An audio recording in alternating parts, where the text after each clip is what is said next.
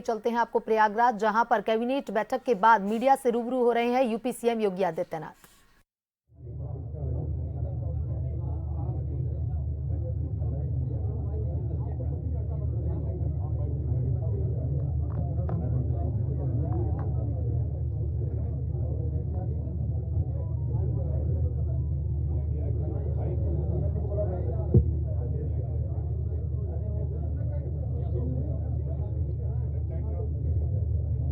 आ गए क्या खन्ना जी?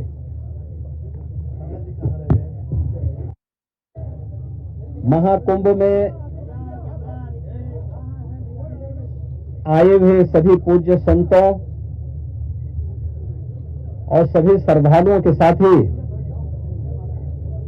लोकतंत्र के सजग प्रहरी के रूप में आप सभी मीडिया से जुड़े हुए प्रतिनिधियों का पूरे मंत्री परिषद की ओर से हृदय से स्वागत करता हूं। महाकुंभ में पहली बार उत्तर प्रदेश का संपूर्ण मंत्री परिषद उपस्थित है। हमारे सहयोगी सभी मंत्रियों ने आज यहां पर बहुत सारे मुद्दों पर चर्चा की है। प्रदेश के विकास से जुड़े हुए जो नीतिगत निर्णय हैं उन मुद्दों पर चर्चा हुई है। इसके अलावा यहां पर अन्य महत्वपूर्ण मुद्दों के साथ साथ प्रयागराज के विकास से जुड़े हुए मुद्दों पर भी चर्चा हुई है। इस अवसर पर जिन मुद्दों पर आज यहां चर्चा हुई है उनमें खासतौर पर प्रदेश सरकार के जो महत्वपूर्ण मामले हैं उनमें से उत्तर प्रदेश की जो एरोस्पेस और डिफेंस एंड एम्प्लॉयमेंट से संबंधित जो पॉलिसी है उस पॉलिसी 2024 ये 2018 में हमने बनाई थी, उसी पॉलिसी के 5 साल पूरे हो चुके हैं। अब उसको नए सिरे से बनाने की व्यवस्था की गई है। तो इस पॉलिसी को यहां पर अब हम लोगों ने बड़े निवेश को आमंत्रित करने के लिए उसमें नए इंसेंटिव की घोषणा की है। आज इस पर चर्चा हुई है। एफडीआई के अंतर्गत और फॉर्च्यून 500 में जो निवेश प्रदेश में हुआ है उस निवेश के अंतर्गत इंसेंटिव वितरण करने की व्यवस्था और उसको उतनी प्रतिपूर्ति शासन यूपी सीडा को कर रहा है और सीडा ने यूपी सीडा उसके माध्यम से करेगा। कुछ नए निवेश के प्रस्ताव यहां पर आए हैं जिन्हें लेटर ऑफ इंटेंट यहां पे आज जारी हो रहे हैं।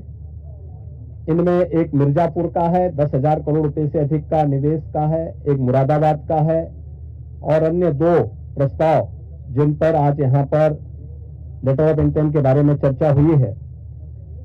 युवाओं को स्मार्टफोन और टैबलेट उपलब्ध कराने की भी स्कीम को यहां पे व्यवस्था दी गई है और यह युद्ध स्तर पर अगले कुछ समय के लिए सरकार ने इसके लिए धनराशि की व्यवस्था की। इसको हम उस कार्यक्रम की भी चर्चा हुई है। बलरामपुर में स्वर्गीय अटल बिहारी वाजपेयी जी की कर्म भूमि रही है। उन्हीं के नाम पर जो केजीएमयू का सैटेलाइट सेंटर था उसे मेडिकल कॉलेज के रूप में स्थापित करने और मेडिकल कॉलेज में नेक्स्ट सेशन में उसको संचालित करने का निर्णय लिया गया है। इसके अलावा पीपीपी मोड पर 3 नए जनपदों में मेडिकल कॉलेज के निर्माण की कार्रवाई, जिनमें बागपत, हाथरस और कासगंज, इन 3 जनपदों में नए मेडिकल कॉलेज निर्माण की सहमति पर भी आज यहां पर सरकार ने अपना वो किया है।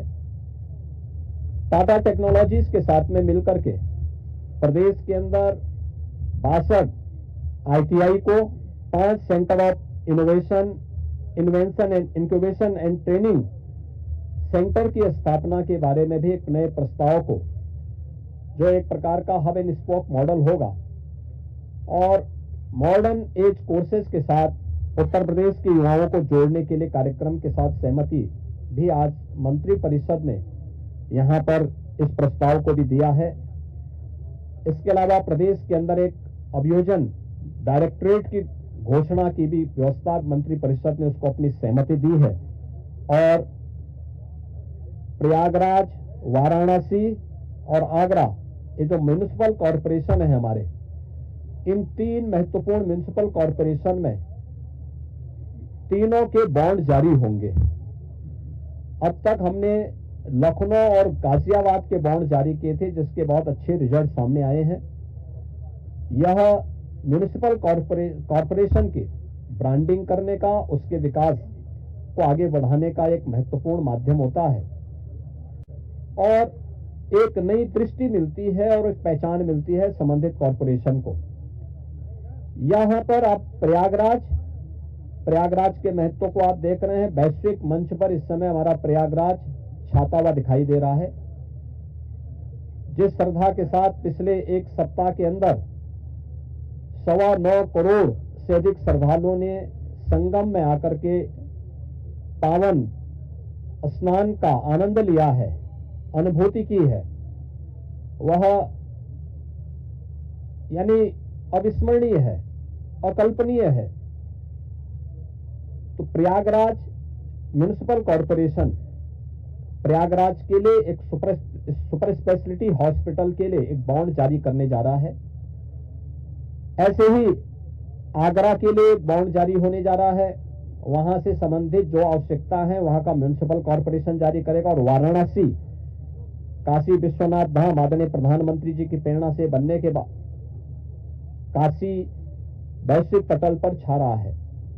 तो स्वाभाविक रूप से 3 म्युनिसिपल कॉरपोरेशन के बॉन्ड जारी करने की कार्रवाई को भी यहां पर आज घोषणा के साथ हम लोगों ने इसको जोड़ा है। मित्रों, प्रयागराज के इस महाकुंभ को ध्यान में रख करके और प्रयागराज के साथ साथ इस पूरे क्षेत्र का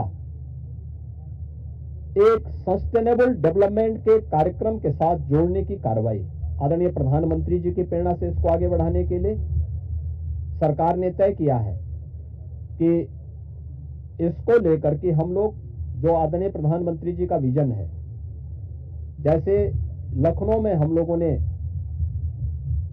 स्टेट कैपिटल रीजन लखनऊ और उसके आसपास के जनपदों को मिलाकर के एक डेवलपमेंट का प्लान बनाया है, ऐसे ही प्रयागराज और चित्रकूट को मिलाकर के एक डेवलपमेंट रीजन यहां पे हम डेवलप करेंगे। इसके लिए इंफ्रास्ट्रक्चर के लिए जो महत्वपूर्ण होगा वह एक गंगा एक्सप्रेसवे का एक्सटेंशन हम लोग देंगे। गंगा एक्सप्रेसवे प्रयागराज से मिर्जापुर से भदोई होते हुए संत रविदास नगर होते हुए यह काशी, चंदौली और गाजीपुर में पूर्वांचल एक्सप्रेसवे के साथ जुड़ेगा। इसके अलावा वाराणसी और चंदौली से यही एक्सप्रेसवे सोनभद्र को जोड़ते हुए नेशनल हाईवे के साथ जुड़ेगा। तो यह इंफ्रास्ट्रक्चर की दृष्टि से जैसे प्रयागराज में प्रयागराज चित्रकूट डेवलपमेंट रीजन यहां पे हम लोग तैयार करने जा रहे हैं, वैसे ही वाराणसी में भी वाराणसी बिंद एक डेवलपमेंट रीजन वहां पे भी डेवलप करने की कार्रवाई पर नीति आयोग के साथ मिलकर के इस कार्यक्रम को तेजी के साथ आगे बढ़ाया जा रहा है। तो ये डेवलपमेंट के वे रीजन होंगे जो वास्तव में यहाँ की न केवल पर्यटन की दृष्टि से बल्कि आर्थिक उन्नयन में और यहाँ पे रोजगार सृजन में बड़ी भूमिका का निर्वहन करेंगे। उस प्रकार का इंफ्रास्ट्रक्चर की दृष्टि से एक्सप्रेसवे एक तो ये एक्सटेंशन हम लोग इसको करने जा रहे हैं जो प्रयागराज, बिंद और काशी एक्सप्रेसवे के रूप में इसे हम लोग जानेंगे। दूसरा है चित्रकूट और प्रयागराज के गंगा एक्सप्रेसवे को जोड़ने के लिए बुंदेलखंड एक्सप्रेसवे को गंगा एक्सप्रेसवे के साथ यहां पर भी जोड़ने की कार्रवाई को आगे बढ़ाना, जो चित्रकूट की दूरी को प्रयागराज के साथ जोड़ सके और रीवा हाईवे जो नेशनल हाईवे है, इस हाईवे को भी एक सुविधा इस एक्सप्रेसवे के साथ, गंगा एक्सप्रेसवे के साथ या फिर बुंदेलखंड एक्सप्रेसवे के साथ जुड़ने का एक अवसर प्राप्त होगा।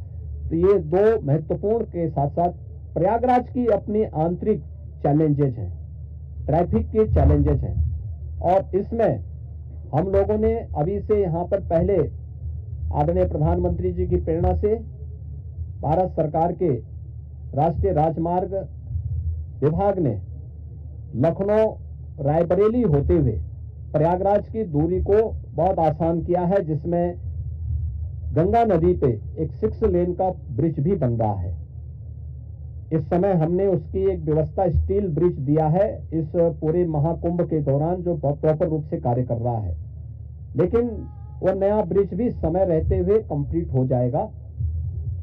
ऐसे ही अन्य कनेक्टिविटी के लिए यहां से मिर्जापुर, जौनपुर, वाराणसी, आजमगढ़, गोरखपुर की कनेक्टिविटी को बनाए रखने के लिए यहां पर जो मांग हो रही थी, प्रयागराज शहर की तरफ से सलौरी और हेपापट्टी के बीच में, झूसी के बीच में इस पूरे ब्रिज को बनाने की कार्रवाई को, 4 लेन के एक ब्रिज को सरकार इसको बनाएगी।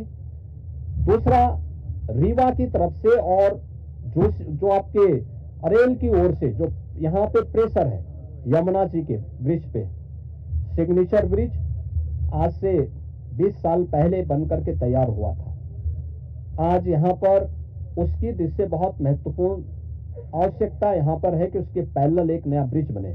तो सिग्नेचर ब्रिज के पैरेलल यमुना जी में भी एक नए ब्रिज को हम अपनी सहमति, कैबिनेट ने अपनी सहमति दी है कि हाँ, शास्त्री ब्रिज के पैरेलल तो हम उसके साथ कर ही रहे हैं और इसको भी हम उसके साथ जोड़ेंगे। तो ये महत्वपूर्ण घोषणाएं प्रयागराज के इंफ्रास्ट्रक्चर, यहाँ के सस्टेनेबल डेवलपमेंट की दृष्टि से, डेवलपमेंट और रोजगार की दृष्टि से, और आने वाले समय में यहाँ के नागरिकों के जीवन स्तर को और बेहतर बनाने की दिशा में जो आदरणीय प्रधानमंत्री जी की प्रेरणा है उसको आगे बढ़ाने के लिए ये कुछ घोषणाएं आज यहाँ पर कैबिनेट ने जिस पे चर्चा की है, अपनी सैद्धांतिक सहमति दी है। और मुझे पूरा विश्वास है कि अगली बार जब कुंभ के साथ उत्तर प्रदेश जुड़ेगा तो इन सब इंफ्रास्ट्रक्चर का लाभ आने वाले श्रद्धालुओं को प्राप्त होगा। मैं आप सबका एक बार फिर से अपने मंत्री परिषद के सभी साथियों की ओर से हृदय से स्वागत करता हूं, अभिनंदन करता हूं। कहाँ गए भाई राजभर जी, और ये कहाँ गए अपने आशीष पटेल जी, निषाद राज, कहाँ है लोग? आप लोग पीछे क्या छुपे हुए? इधर आइए। कहाँ राजभर जी, कहाँ गए? अनिल कहाँ है? अनिल कहाँ है?